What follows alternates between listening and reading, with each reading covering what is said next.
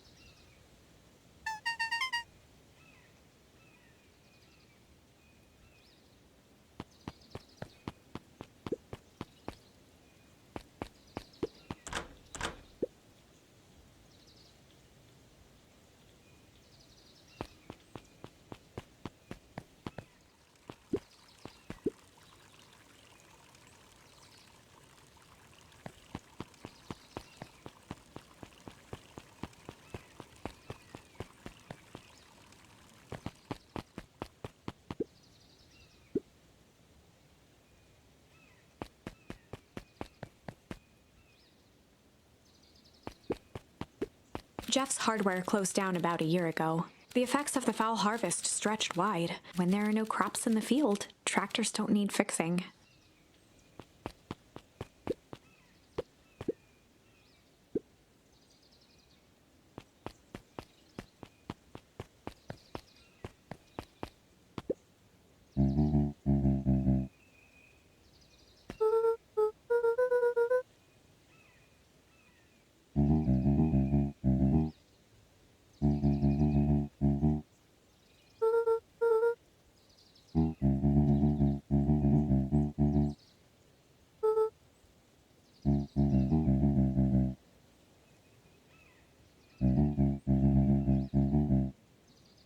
A promise Gran regretted the second it was made.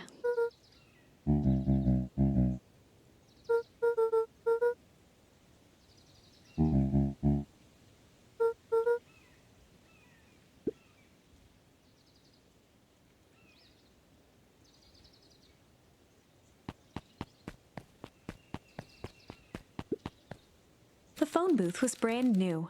Part of Perennial Harvest's Beacon Pines Reborn. It didn't see much use.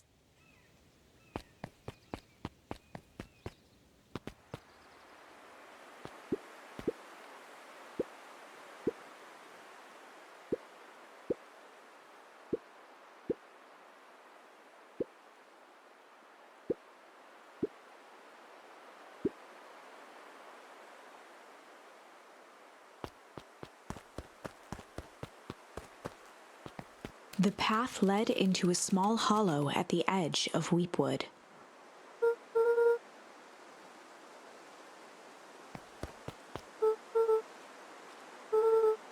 The fence thrummed with a gentle electric buzz. Luca often asked himself what Rollo would do, so that he could rule out that option.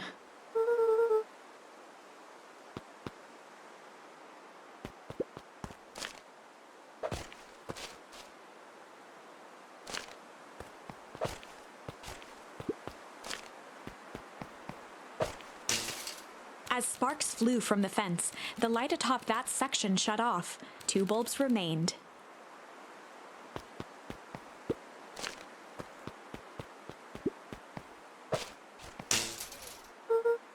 One more to go.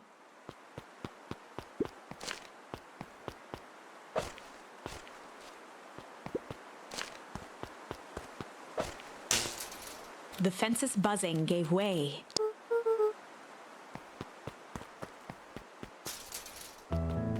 Every kid in town knew the old Valentine fertilizer building. Long abandoned, the warehouse once served as the industrial heart of Beacon Pines. Now, it stood only as a reminder of things left behind. The dormant building showed strange signs of life. There was only one way to find out.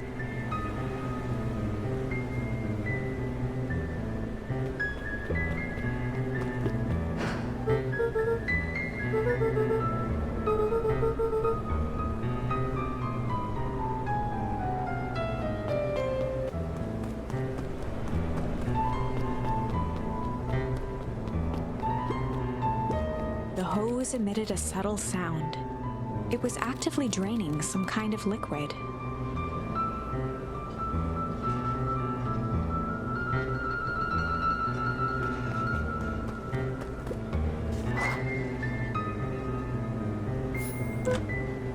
Luca thought he heard faint sounds coming from the other side of the door.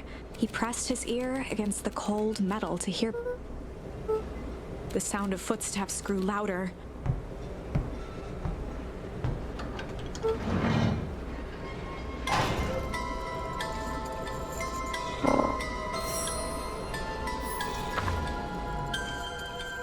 The heavy steel door knocked Luca to the ground.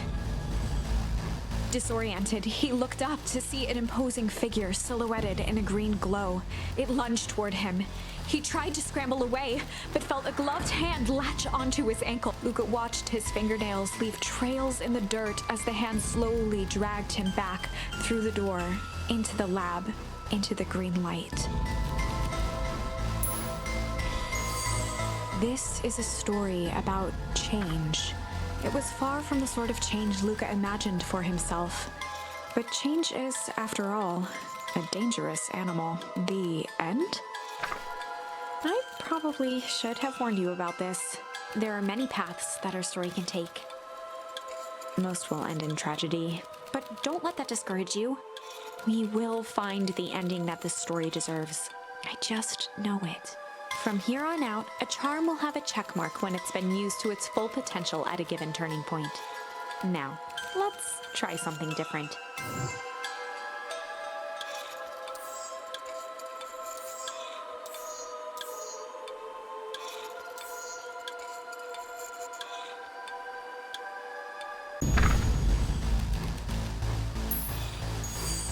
This is a story about change. It was but change the. There are many paths. Most will. We will from here now. Let's.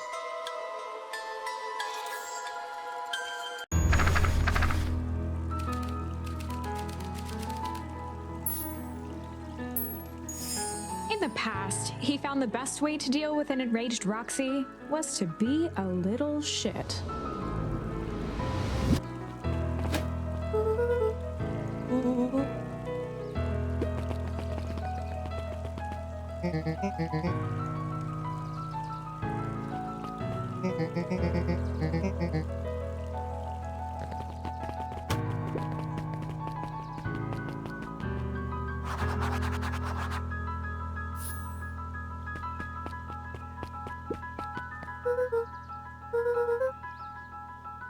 Solomon Valentine, current ward of and future successor to the Valentine fortune, huffed as he brushed off his pants.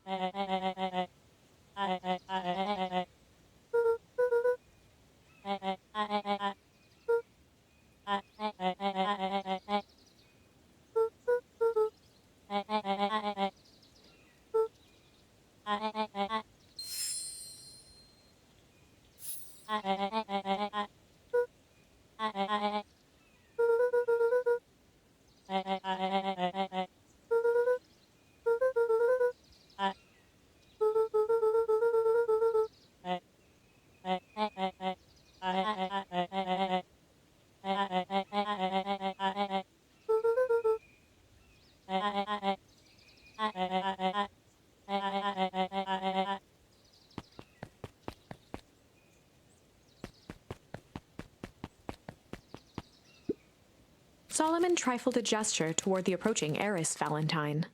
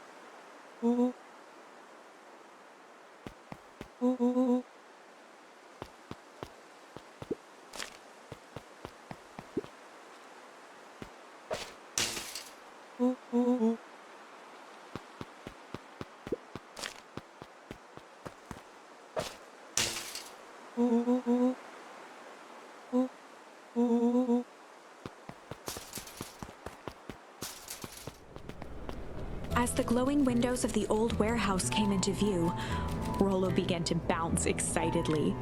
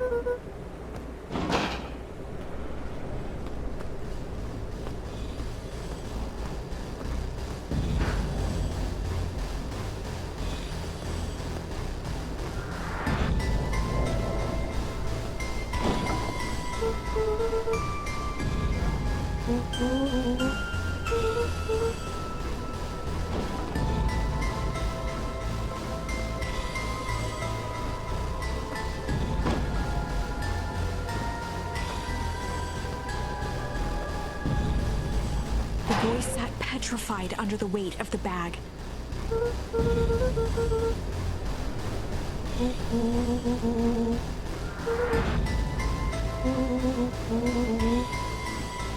Rollo felt around at the large sack which burdened them.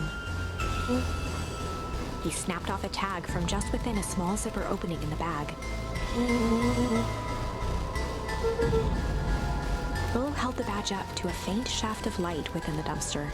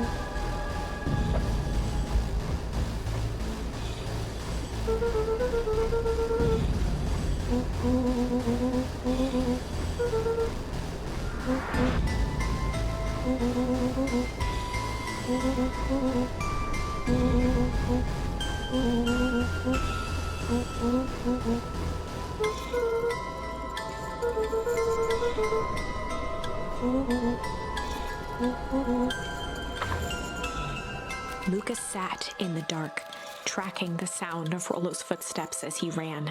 1, 2, 3. He pressed his ear to the dumpster wall, straining to hear Rollo's footsteps as they faded away. 15, 16, 17. He tried not to think about the contents of the dumpster as he counted. 35, 36, 37. The thick stench made it hard to... Screw it, that's long enough! Luca carefully lifted the lid and peered out. Nothing. No sign of Rollo. No sign of the man in the yellow suit. Time to haul ass! Luca clambered from the dumpster, stumbling to his knees. He was up like a shot and running, sprinting toward home as fast as he could. Beacon Pines flew by, blurred by the tears that welled up in his eyes. He wouldn't remember getting home at all that night.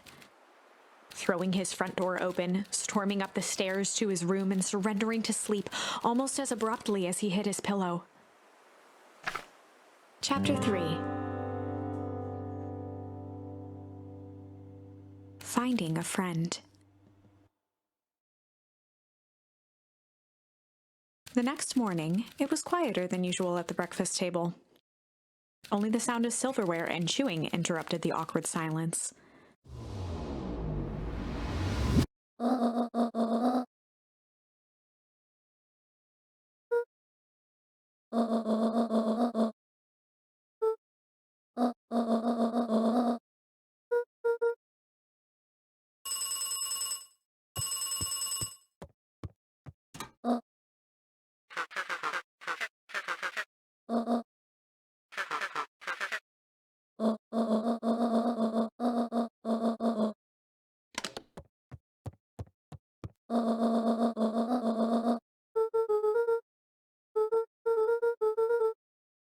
Gran's brow furrowed. She let out a long sigh. Her voice was quiet.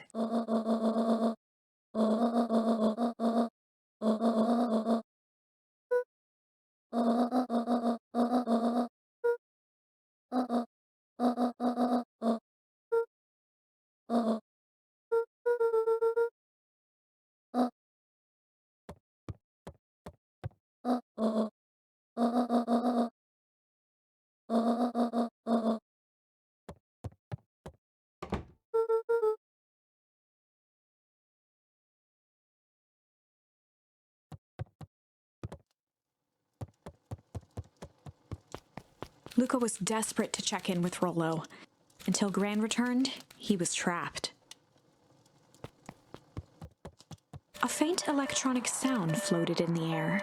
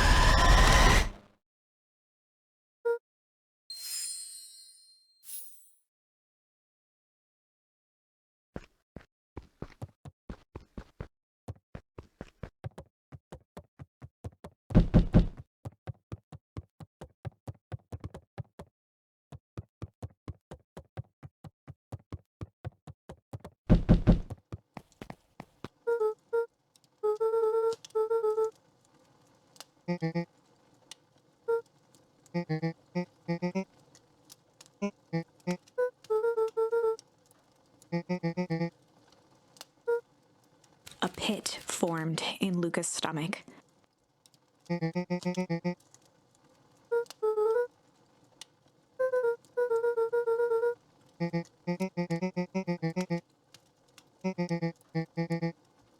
Luca's mouth felt dry.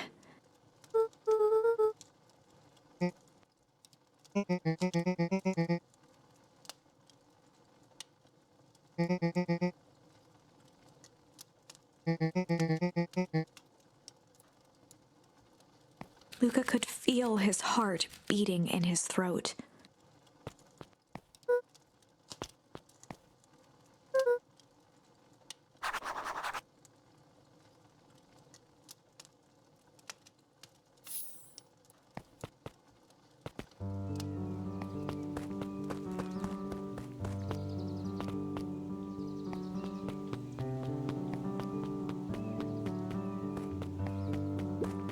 The road leading to Beacon Pines was long and uninspiring, a sort of natural barrier for the impatient.